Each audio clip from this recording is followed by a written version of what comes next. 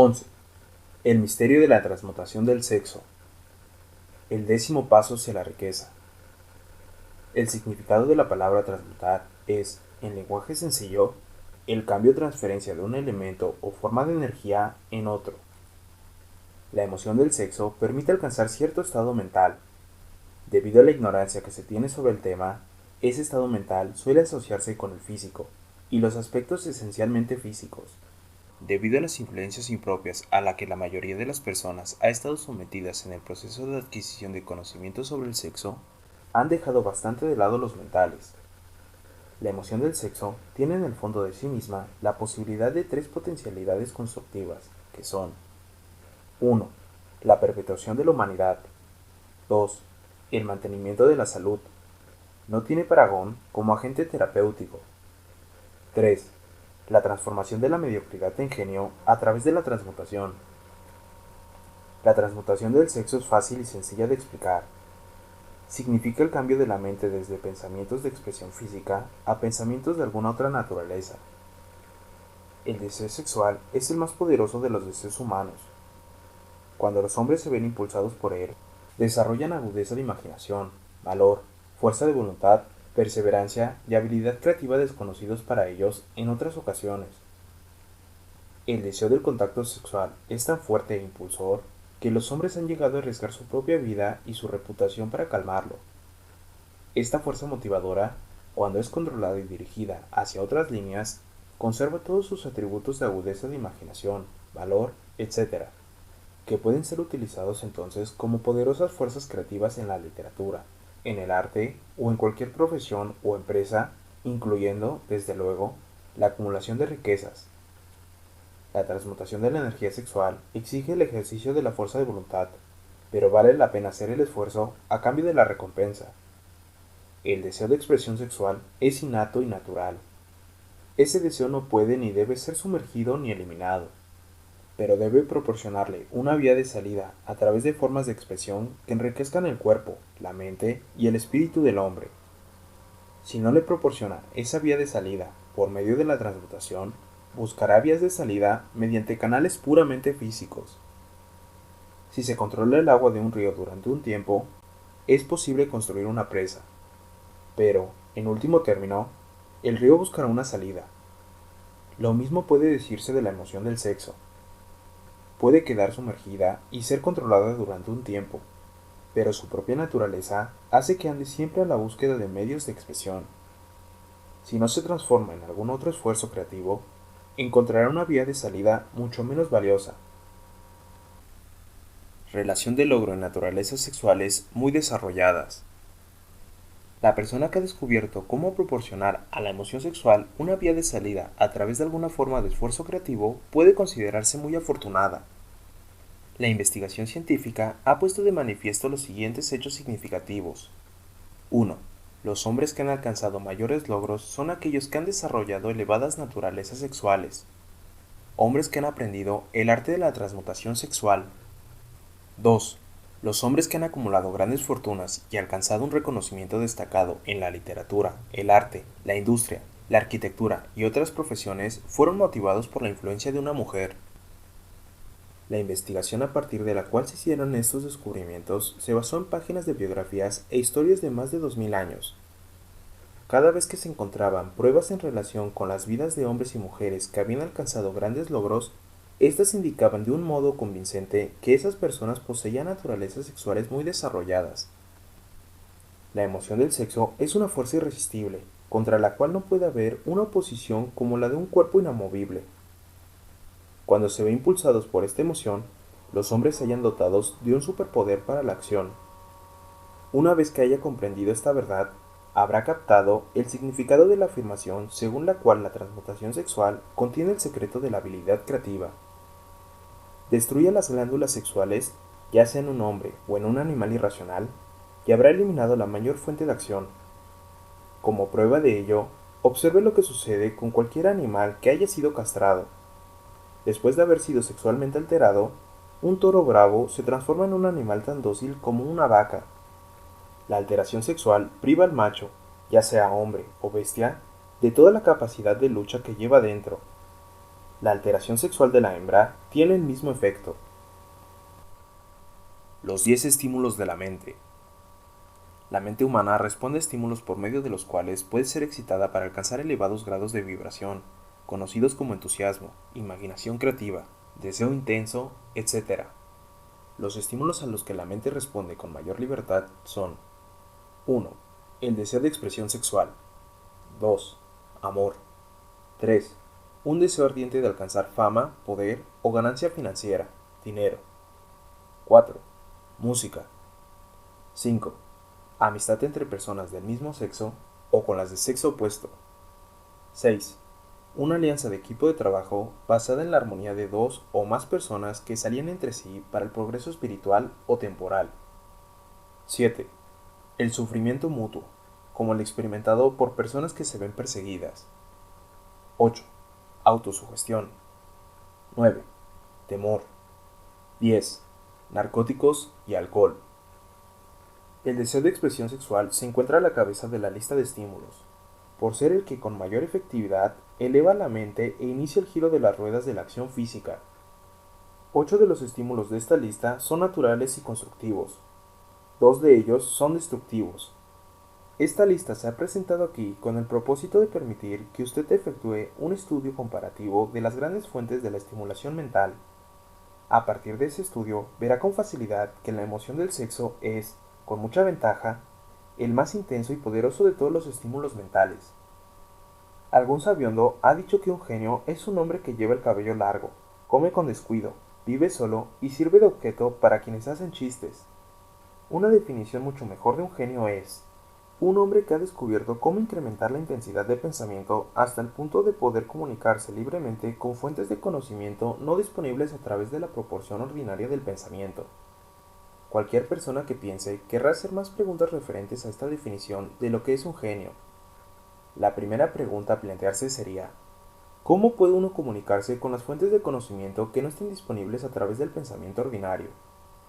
La siguiente pregunta sería: ¿hay fuentes de conocimientos conocidas que solo estén disponibles para los genios y, en tal caso, cuáles son esas fuentes y cómo se las puede alcanzar exactamente?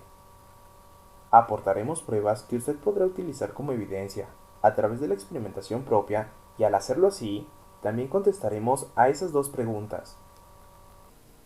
El genio se realiza a través del sexto sentido. La realidad de la existencia del sexto sentido ha sido bastante bien establecida. El sexto sentido es la imaginación creativa. La facultad de la imaginación creativa es algo que la mayoría de la gente no utiliza nunca a lo largo de su vida, y si lo hacen, suele suceder por mero accidente. Un número de personas relativamente pequeño utiliza la facultad de la imaginación creativa con deliberación y con un propósito predeterminado. Quienes utilizan esta facultad voluntariamente y quienes comprenden sus funciones son genios. La facultad de la imaginación creativa es el vínculo directo de unión entre la mente finita del hombre y la inteligencia infinita. Todas las denominadas revelaciones a las que uno se refiere en el ámbito de la religión y todos los descubrimientos de principios básicos o nuevos en el campo de la invención se producen por medio de la facultad de la imaginación creativa. ¿De dónde surgen los presentimientos? Cuando en la mente de una persona surgen ideas o conceptos, a través de lo que popularmente se denomina presentimiento o intuición, estos proceden de una o más de las siguientes fuentes. 1. La inteligencia infinita. 2. El propio subconsciente, donde se halla almacenada toda impresión sensorial y todo impulso del pensamiento que ha llegado alguna vez al cerebro a través de cualquiera de los 5 sentidos. 3. De la mente de alguna otra persona que acaba de expresar el pensamiento o que esboza o describe la idea o el concepto a través del pensamiento consciente. 4. Del almacén subconsciente de la otra persona. No existe otras fuentes conocidas de las que se pueda recibir ideas inspiradas o presentimientos. Cuando la acción del cerebro ha sido estimulada por medio de uno o más de los 10 estímulos mentales, esa acción tiene el efecto de elevar al individuo muy por encima del horizonte del pensamiento ordinario, y le permite visionar distancia, perspectiva y calidad de pensamiento no disponibles en el plano inferior, como los que se producen cuando uno se haya enfrascado en la solución de los problemas de la rutina empresarial y profesional. Cuando uno se eleva hasta ese nivel de pensamiento más alto por medio de cualquier forma de estímulo mental, Un individuo ocupa casi la misma posición que otro que ha ascendido en un avión hasta una altura desde la que puede observar más allá de la línea de horizonte que limita su campo de visión cuando se encuentra en la Tierra. Es más, mientras se encuentra en ese nivel de pensamiento elevado, el individuo no se ve condicionado por ninguno de los estímulos que circunscriben y limitan su visión mientras afronta los problemas de ganar lo suficiente para cubrir las tres necesidades básicas que tiene planteadas: alimento, ropa y cobijo. Se encuentra entonces en un mundo de pensamiento del que se ha eliminado con tal efectividad los pensamientos cotidianos y ordinarios, como lo están los valles y las colinas y las limitaciones de la visión física para el que se encuentra en un avión. Mientras se halla en ese plano exaltado de pensamiento, la facultad creativa de la mente obtiene libertad para la acción. De ese modo se ha despejado el camino para el funcionamiento del sexto sentido. El individuo se vuelve receptivo a ideas que no habrían acudido a su mente en otras circunstancias. El sexto sentido es la facultad que marca la diferencia entre un genio y un individuo ordinario. El desarrollo de la capacidad creativa. La facultad creativa se hace más alerta y receptiva a factores que se originan fuera del subconsciente del individuo, y ello sucede en mayor medida cuando más se la utiliza, más se basa en ella el individuo y más le plantea exigencias de impulso para el pensamiento. Esta facultad puede cultivarse y desarrollarse solo a través del uso. Aquello que conocemos como conciencia opera por completo a través de la facultad del sexto sentido. Los grandes artistas, escritores, músicos y poetas llegaron a hacerlo porque adquirieron la costumbre de confiar en la pequeña voz silenciosa que nos habla desde dentro a través de la facultad de la imaginación creativa. Se trata de un hecho bien conocido por las personas que poseen una imaginación aguda, el que sus mejores ideas proceden de los denominados presentimientos. Hay un gran orador que no alcanza la grandeza hasta que no cierra los ojos y empieza a confiar por completo en la facultad de su imaginación creativa. Cuando se le preguntó por qué cerraba los ojos justo antes del clímax de su oratoria, contestó: "Lo hago porque entonces hablo a través de las ideas que llegan desde fuera". Uno de los financieros mejor conocidos y de mayor éxito en Estados Unidos tenía el hábito de cerrar los ojos durante 2 o 3 minutos antes de tomar una decisión.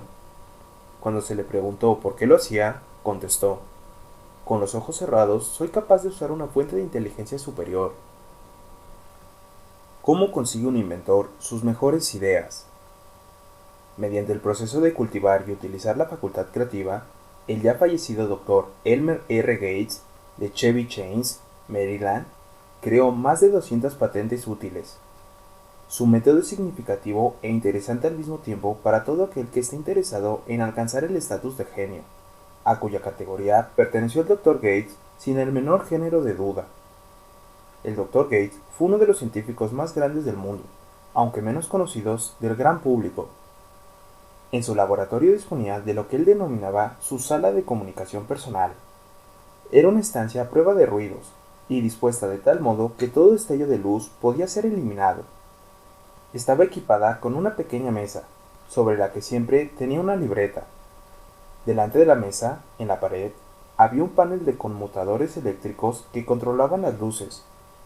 Cuando el Dr. Gates quería usar las fuerzas disponibles para él a través de su imaginación creativa, entraba en la sala, se sentaba delante de la mesa, apagaba las luces y se concentraba en los factores conocidos del invento en el que estaba trabajando. Allí permanecía en esa posición hasta que las ideas empezaban a aparecer en su mente en conexión con los factores desconocidos del invento. En cierta ocasión, las ideas acudieron a su mente con tal rapidez que se vio obligado a escribir durante casi 3 horas. Cuando los pensamientos dejaron de fluir y examinó las notas que había tomado, descubrió que contenían una minuciosa descripción de principios sin parangón alguno entre los datos conocidos del mundo científico. Además, la respuesta a su problema quedó inteligentemente presentada en aquellas notas. El Dr. Gates se ganaba la vida sentándose para recibir ideas destinadas a individuos y corporaciones. Algunas de las más grandes empresas estadounidenses le pagaron importantes cantidades por hora, solo por sentarse para recibir ideas.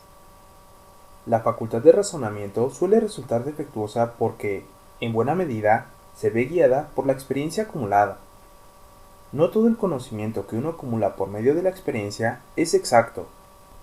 Las ideas recibidas a través de la facultad creativa son mucho más fiables, por la sencilla razón de que proceden de fuentes más fiables que cualquier otra que esté disponible para la facultad de razonamiento de la mente. Los métodos empleados por los genios están disponibles para usted. La principal diferencia entre el genio y el inventor ordinario de cachivaches estriba en el hecho de que el primero trabaja a través de su facultad de la imaginación creativa, y el segundo no sabe nada de esa facultad. El inventor científico usa la facultad sintética y la facultad creativa de la imaginación. Por ejemplo, el inventor científico, cuando se halla al inicio del proceso de creación de un invento, organiza y combina las ideas conocidas o los principios acumulados gracias a la experiencia, empleando para ello su facultad sintética, la facultad de razonamiento. Si descubre que ese conocimiento acumulado es insuficiente para llevar a cabo su invento, entonces utiliza las fuentes de conocimiento de que dispone a través de su facultad creativa.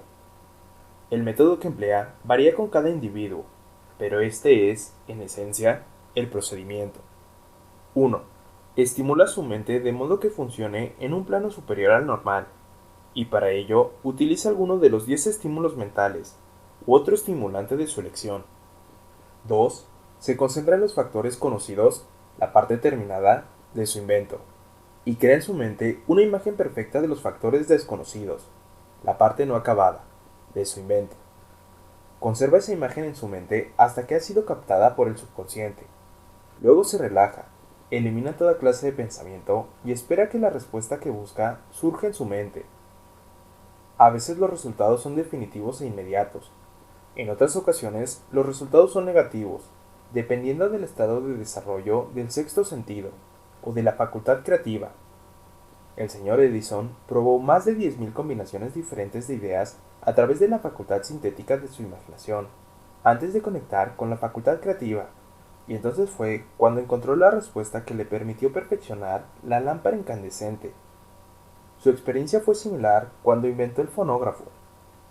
Existen numerosas pruebas fiables de la existencia de la facultad de la imaginación creativa. Disponemos de esas pruebas gracias al análisis exacto de personas que se han convertido en líderes en su campo de actuación, sin haber tenido una educación muy amplia. Lincoln fue un notable ejemplo de gran líder que alcanzó la grandeza a través del descubrimiento y del uso de la imaginación creativa.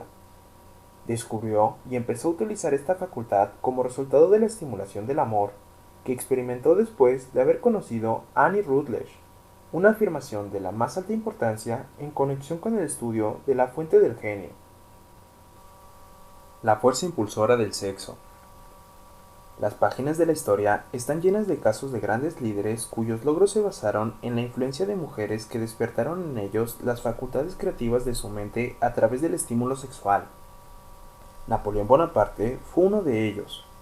Cuando se sintió inspirado por su primera esposa, Josefina, fue irresistible e invencible.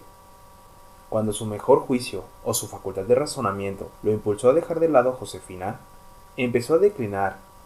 Su derrota y su destierro en Santa Elena no estaban lejanos. Si el buen gusto nos los permitiera, podríamos mencionar un gran número de hombres bien conocidos en Estados Unidos que alcanzaron grandes éxitos bajo la estimulante influencia de sus esposas, solo para caer en picada hacia la destrucción cuando el dinero y el poder se les subieron a la cabeza y dejaron de lado a sus esposas por otra mujer. Napoleón no fue el único hombre en descubrir que la influencia sexual, procedente de una fuente correcta, es mucho más poderosa que cualquier sustituto de la eficacia que pueda crearse solo por la razón. La mente humana responde al estímulo. Entre los más grandes y poderosos estímulos se encuentra el del sexo.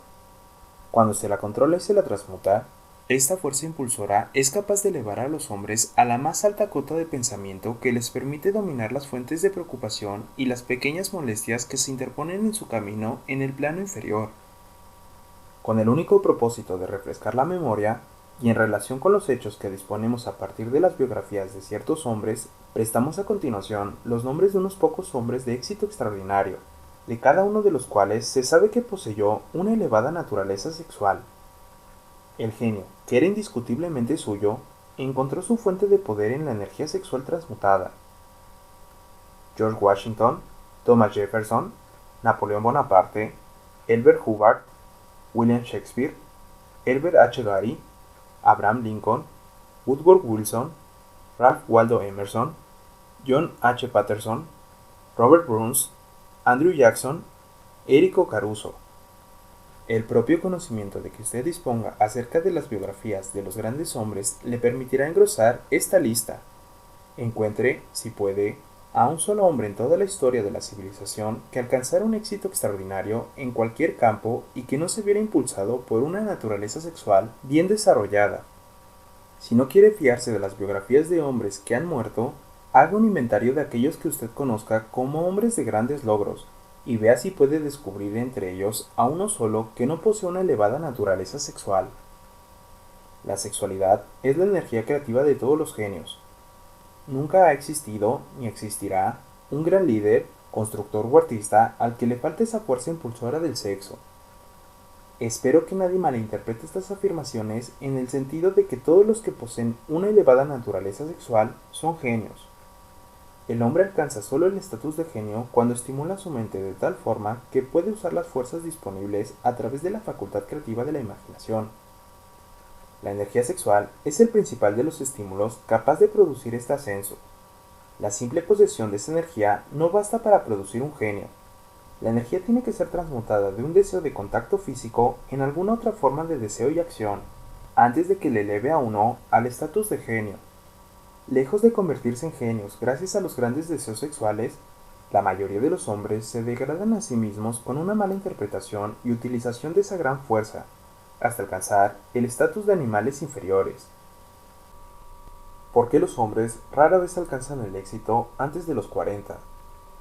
A partir del análisis de más de 25.000 personas, descubrí que los hombres que alcanzan el éxito de una forma destacada rara vez lo hacen antes de cumplir los 40 años, y muy a menudo no emprenden su verdadero paso hasta mucho más allá de los 50. Este hecho me resultó tan sorprendente que me impulsó a revisar su causa con mayor cuidado. Ese estudio puso de manifiesto el hecho de que la razón principal por la que la gran mayoría de los hombres que tienen éxito no empiezan a alcanzarlo antes de los 40 o de los 50 años se debía a su tendencia a dispersar su energía a través de la excesiva complacencia en la expresión física de la emoción del sexo. La mayoría de los hombres nunca aprende que la urgencia del sexo tiene otras posibilidades que trascienden con mucho en importancia de la simple expresión física. A la mayoría les viene este descubrimiento después de haber despilfarrado muchos años, en un periodo en el que la energía sexual se encuentra en su punto más alto, antes de los 45 o los 50 años. Habitualmente, a ese periodo sigue otro de logros notables. Las vidas de muchos hombres cercanos a la cuarentena, o que ya la han dejado atrás, refleja una continua disipación de energía que podría haber sido dirigida con mucho más provecho hacia canales mejores. Extienden de manera alocada sus emociones más exquisitas y poderosas a los cuatro vientos. El deseo de expresión sexual es, con gran diferencia, el más fuerte e impulsor de todas las emociones humanas y, por esa misma razón, cuando ese deseo se controla y se transmuta en acción en lugar de expresión física, puede elevarle a uno hacia la consecución de grandes logros. El mayor de los estimulantes de la mente. En la historia no faltan ejemplos de hombres que alcanzaron el estatus de genio como el resultado del uso de estimulantes mentales artificiales, ya sea en forma de alcohol o de narcóticos. Edgar Allan Poe escribió El Cuervo cuando se hallaba bajo la influencia del licor, soñando sueños que ningún mortal se atrevió a soñar jamás. James Whitcomb Riley escribió lo mejor de su producción literaria hallándose bajo los efectos del alcohol. Quizás fuera así como hubiera el ordenado entrelazamiento de lo real y del sueño, el molino por encima del río y la niebla por encima de la corriente. Robert Burns escribió sus mejores páginas en un estado de embriaguez. Por los tiempos de antaño, cariño mío, tomaremos una taza de amabilidad ahora, por los tiempos de antaño. Pero recordemos también que muchos de esos hombres terminaron por destruirse a sí mismos. La naturaleza ha preparado sus propios venenos con los que los hombres pueden estimular sus mentes para conectar con esos pensamientos, exquisitos y raros, que proceden... nadie sabe de dónde. Jamás se ha encontrado sustituto alguno satisfactorio de los estimulantes naturales. Es un hecho bien conocido por los psicólogos que existe una relación muy estrecha entre los deseos sexuales y las urgencias espirituales. Un hecho que explica el comportamiento peculiar de la gente que participa en las orgías como renacimientos religiosos, comunes entre los pueblos primitivos. Las emociones humanas son las que gobiernan el mundo y las que establecen el destino de la civilización. La gente se ve influida por sus acciones no por la razón, sino por los sentimientos. Las emociones, y no la razón fría, son las que ponen en movimiento toda la facultad creativa de la mente. Y la más poderosa de todas las emociones humanas es la del sexo.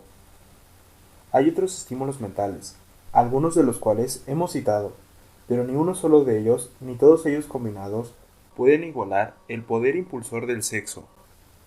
Un estimulante mental es cualquier fuerza que aumente de forma temporal o permanente la intensidad del pensamiento. Los 10 grandes estimulantes descritos con anterioridad son aquellos a los que se recurre con mayor frecuencia. A través de estas fuentes podemos comunicarnos con la inteligencia infinita, o penetrar a voluntad en el almacén del subconsciente, ya sea del propio o el de otra persona, un procedimiento que es todo lo que caracteriza al genio. El almacén del magnetismo personal. Un profesor, que ha entrenado y dirigido los esfuerzos de más de 30.000 vendedores, hizo el asombroso descubrimiento de que los vendedores más eficientes son aquellos que poseen una elevada naturaleza sexual. La explicación la encontramos en el hecho de que el factor de la personalidad conocido como magnetismo personal no es más ni menos que energía sexual. Las personas de elevada naturaleza sexual poseen siempre una gran reserva de magnetismo. Esta fuerza vital puede ser utilizada, a través del cultivo y la comprensión de la misma, como un elemento de gran ventaja en la relación entre personas. Es posible comunicar esa energía a los demás a través de los siguientes medios. 1. El apretón de manos. El contacto de la mano indica al instante la presencia de magnetismo o la falta del mismo. 2. El tono de la voz. El magnetismo o la energía sexual es el factor capaz de colorear la voz o hacerla musical y encantadora. 3. Postura y porte del cuerpo. Las personas de elevada naturaleza sexual se mueven con energía, gracia y facilidad. 4. La vibración de pensamiento. Las personas de elevada naturaleza sexual mezclan la emoción del sexo con su pensamiento, o pueden hacerlo así a voluntad, y, de ese modo, influyen sobre quienes los rodean. 5. Adorno del cuerpo. Las personas de elevada naturaleza sexual suelen ser muy cuidadosas en cuanto a su apariencia física. Suelen seleccionar ropa de un estilo conveniente para su personalidad, figura, complexión, etc. Cuando contratamos a los trabajadores de su sección, el director de ventas más capaz busca como primer requisito de todo vendedor la cualidad del magnetismo personal. Las personas a las que les falta energía sexual nunca llegarán a ser entusiastas, ni inspirarán entusiasmo, y este es uno de los requisitos más importantes de todo vendedor, sin que importe lo que venda. El portavoz público, el orador, el predicador, el abogado o el vendedor al que le falta energía sexual es un pesado en cuanto a su capacidad para influir sobre los demás. Si a ello se le añade el hecho de que la mayoría de la gente solo es influenciable a través de la apelación a sus emociones, comprenderá usted la importancia de la energía sexual como parte de la habilidad innata de un vendedor. Los buenos vendedores lo son porque transmutan, consciente o inconscientemente, la energía del sexo en entusiasmo de ventas. En esta afirmación puede encontrarse una sugerencia práctica en cuanto al verdadero significado de lo que es la transmutación sexual. El vendedor que sabe cómo apartar su mente del tema del sexo y dirigirla hacia el esfuerzo de ventas con el mismo entusiasmo y determinación con que la aplicaría a su propósito original, ha adquirido el arte de la transmutación del sexo, tanto si lo sabe como si no. La mayoría de los vendedores que transmutan su energía sexual lo hacen sin ser en absoluto conscientes de ello, ni de cómo lo están llevando a cabo. La transmutación de la energía sexual exige más fuerza de voluntad de la que la persona ordinaria dispone para este propósito. Aquellos a quienes les resulta difícil reunir la fuerza de voluntad suficiente para la transmutación pueden adquirir esta habilidad gradualmente. Aunque esto requiera fuerza de voluntad, la recompensa que se obtiene con esta práctica hace que el esfuerzo valga la pena. Falsas creencias de que el sexo daña la personalidad. La gran mayoría de la gente parece ser imperdonablemente ignorante acerca de lo referente al sexo. En términos generales, la urgencia del sexo ha sido interpretada mal por parte de los ignorantes y de las personas malvadas, que la han calumniado y se han burlado de ella. Aquellos hombres y mujeres conocidos por haber sido bendecidos, sí, bendecidos, con una elevada naturaleza sexual suelen ser consideradas como personas a las que vale la pena observar. pero, en lugar de considerarlas como benditas, se las considera como malditas. Millones de personas sufren complejos de inferioridad, incluso en nuestra época, que se ha desarrollado debido a la falsa creencia de que una elevada naturaleza sexual es una maldición. Estas afirmaciones sobre la virtud de la energía sexual no deben interpretarse con una justificación de libertinaje.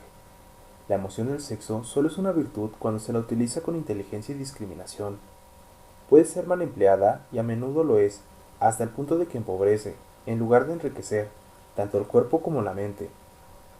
A mí me pareció muy importante el descubrimiento de que casi todos los grandes líderes a quienes tuve el privilegio de analizar eran hombres cuyos logros fueron ampliamente inspirados por una mujer.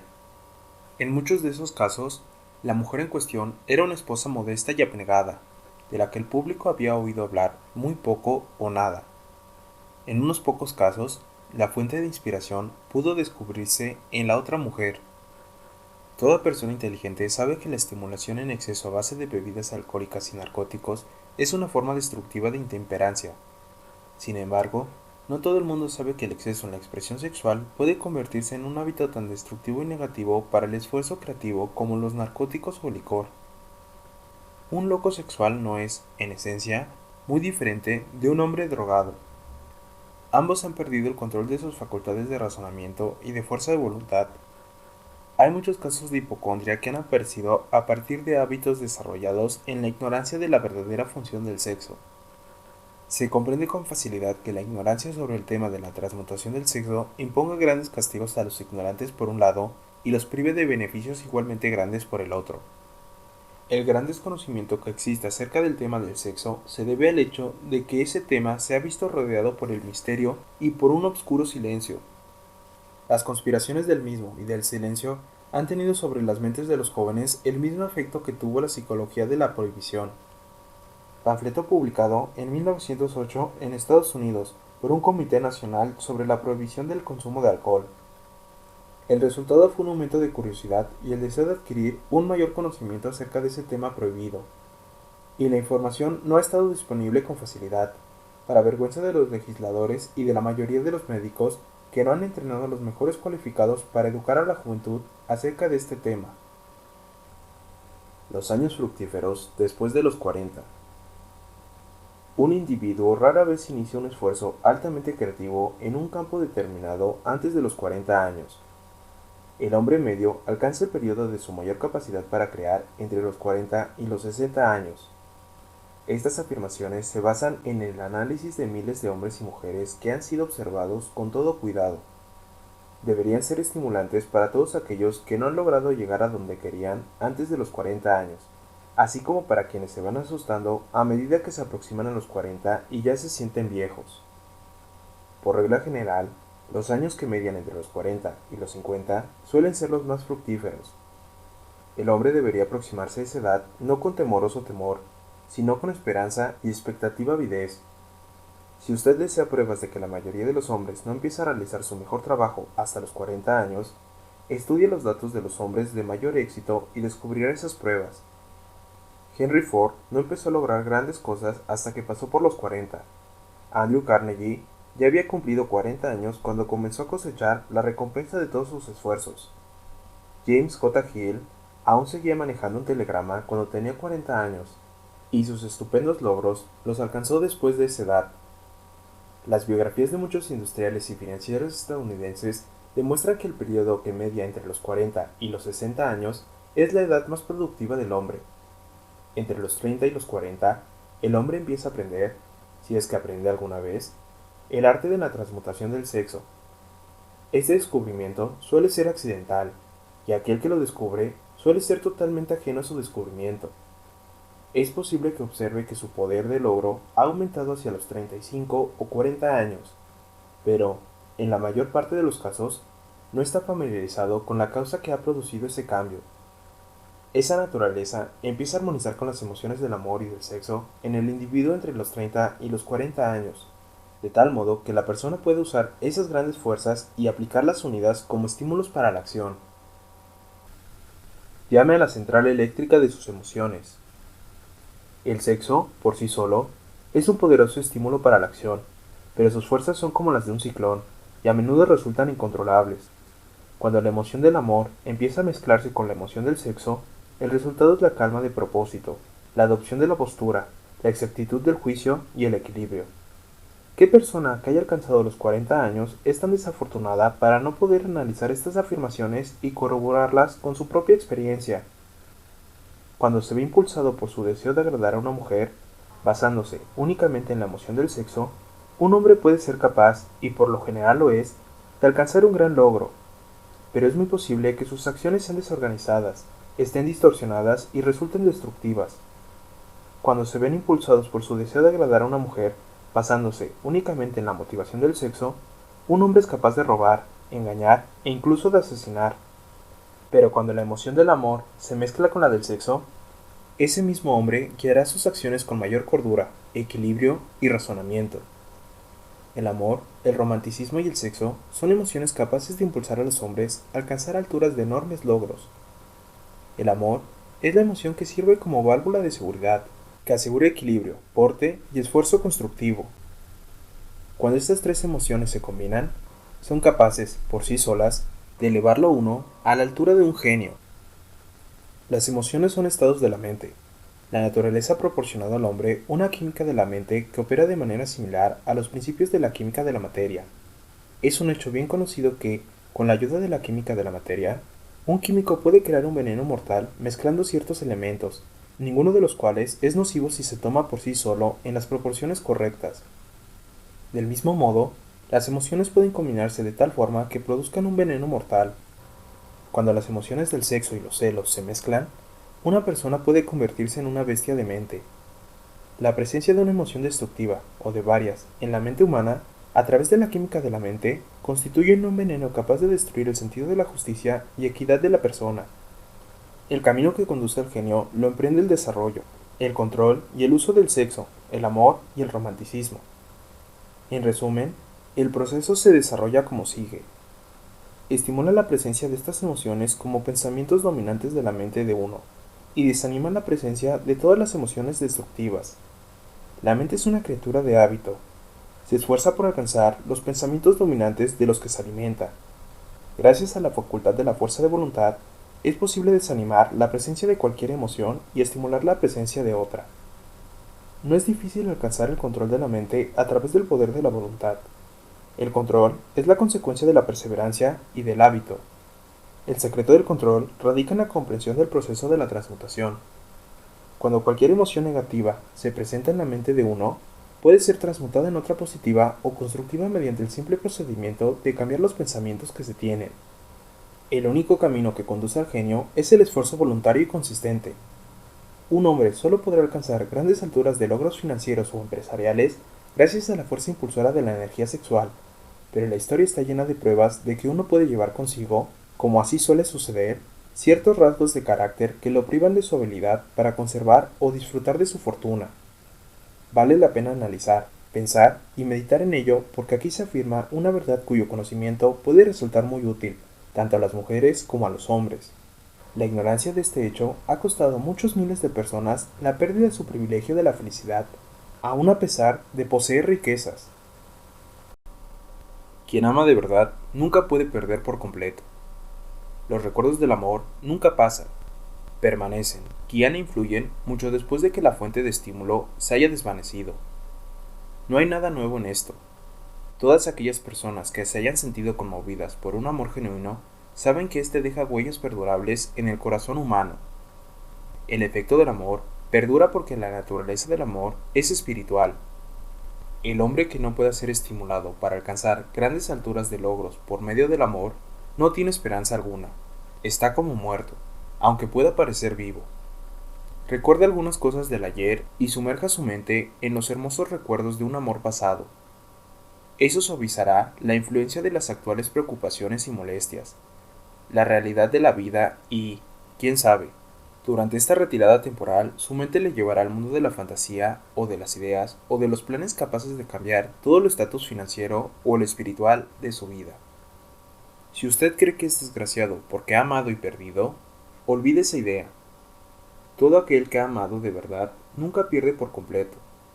El amor es caprichoso y temperamental, llega cuando quiere y se va sin la menor advertencia. acéptelo y disfrute de él mientras permanezca. Pero no malgaste su tiempo preocupándose por la desaparición, porque así nunca conseguirá que regrese. Rechace también la idea de que el amor se presenta solo una vez en la vida. El amor puede aparecer y desaparecer en innumerables ocasiones, pero no hay dos experiencias amorosas que afecten a una persona del mismo modo. Puede producirse, y de hecho ocurre, una experiencia amorosa que deje en el corazón una huella más profunda que las otras, pero todas las experiencias amorosas son beneficiosas, excepto para la persona que se siente resentida y se convierte en una cínica cuando el amor desaparece. En el amor no debería existir desilusión alguna, y no la hay si la gente comprende la diferencia entre la emoción del amor y la del sexo. La gran diferencia radica en que el amor es espiritual, mientras que el sexo es biológico. Ninguna experiencia que afecte el corazón humano con una fuerza espiritual puede ser nociva, excepto como consecuencia de la ignorancia o de los celos. No cabe la menor duda de que el amor es la experiencia más grande de la vida. Le permite a uno entrar en comunicación con la inteligencia infinita. Cuando se mezclan las emociones del romanticismo y del sexo, puede conducirla a uno muy alto por la escalera del esfuerzo creativo. Las emociones del amor, del sexo y del romanticismo son los lados del eterno triángulo del genio con capacidad para lograr y construir. El amor es una emoción con colores, sombras y caras numerosas, pero la más intensa y ardiente de todas las clases de amor es la que se experimenta cuando se mezclan las emociones del amor y del sexo. Los matrimonios que no se ven bendecidos con la afinidad eterna del amor, apropiadamente equilibrada y proporcionada con el sexo, no pueden ser felices y raras veces perduran. El amor, por sí solo, no proporcionará felicidad en ningún matrimonio, como tampoco el sexo, por sí solo, lo hará. Cuando estas dos hermosas emociones se mezclan, el matrimonio puede producir un estado mental cercano al espiritual que llega a conocerse en este plano terrenal. Cuando a las emociones del amor y del sexo se les añade la del romanticismo, se eliminan los obstáculos que se interponen entre la mente finita del hombre y la inteligencia infinita. Entonces, ha nacido un genio. Razones por las que la esposa puede elevar o hundir al hombre. He aquí una interpretación que, si comprende adecuadamente, aporta armonía al caos que existe entre demasiados matrimonios. La falta de armonía, expresada a menudo en forma de discusiones, suele deberse a la falta de conocimiento sobre el tema del sexo. Allí donde existe el amor, el romanticismo y una adecuada comprensión de la emoción y la función del sexo, no hay falta de armonía entre las parejas. Resulta afortunado el hombre cuya esposa comprende la verdadera relación existente entre las emociones del amor, del sexo y del romanticismo. Cuando se ve motivado por este santo triunvirato, ninguna forma de trabajo resulta pesada, porque hasta la forma más baja de esfuerzo adquiere la naturaleza de trabajo hecho por amor. Suele decirse que la esposa de un hombre puede elevarlo o hundirlo, pero no siempre está clara la razón de que esto sea así. La elevación o el hundimiento es el resultado de la comprensión de la esposa, o de la falta de comprensión de las emociones del amor, del sexo y del romanticismo. Si una esposa permite que su marido pierda el interés por ella y se sienta más interesado por otras mujeres, es debido generalmente a la ignorancia de ella, o a su indiferencia con respecto a los temas del sexo, del amor y del romanticismo. Esta afirmación presupone, desde luego, la existencia previa de un amor genuino entre un hombre y una mujer. Los hechos son igualmente aplicables a un hombre que permita que el interés de su esposa por él muera. Los matrimonios discuten a menudo sobre un montón de trivialidades. Si éstas se analizan con atención, se descubrirá que, casi siempre, la verdadera causa del problema se halla en la indiferencia o en la ignorancia acerca de todos estos temas. La inutilidad de la riqueza sin mujeres. La mayor fuerza motivadora del hombre es su deseo de agradar a la mujer.